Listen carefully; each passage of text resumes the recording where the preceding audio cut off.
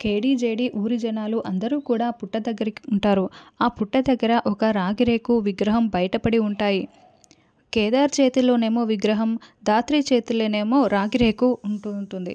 ధాత్రి, ఇలాంటి విగ్రహాన్ని నువ్వు గుర్తుకుందా? ఇంతకు ముందు మనం చూసాము, గుర్తుకొచ్చిందా జేడీ అని కేదార్ చెప్తూ ఉంటే, అవును కేదార్ అని ధాత్రి అంటూ ఉంటుంది. ఇలాంటి విగ్రహం నీ చేతిలో ఉన్న రాగిరేకు, వీటినే కదా ఆ రోజు మనం ఫోటోల రూపంలో కూడా చూసింది. ఆ రోజు పూజారి గారికి మనము ఫోన్లో చూపిస్తే అవునని కూడా చెప్పారు, గుర్తుందా ధాత్రి అని కేదార్ చెప్తూ ఉంటే, అంతకుముందు జరిగిన సంఘటన మొత్తం కూడా ధాత్రి గుర్తు చేసుకుంటూ ఉంటుంది. అసలు మీనన్ ఎందుకు ఈ విగ్రహం వెంట పడుతున్నాడో అర్థం కావటం లేదు.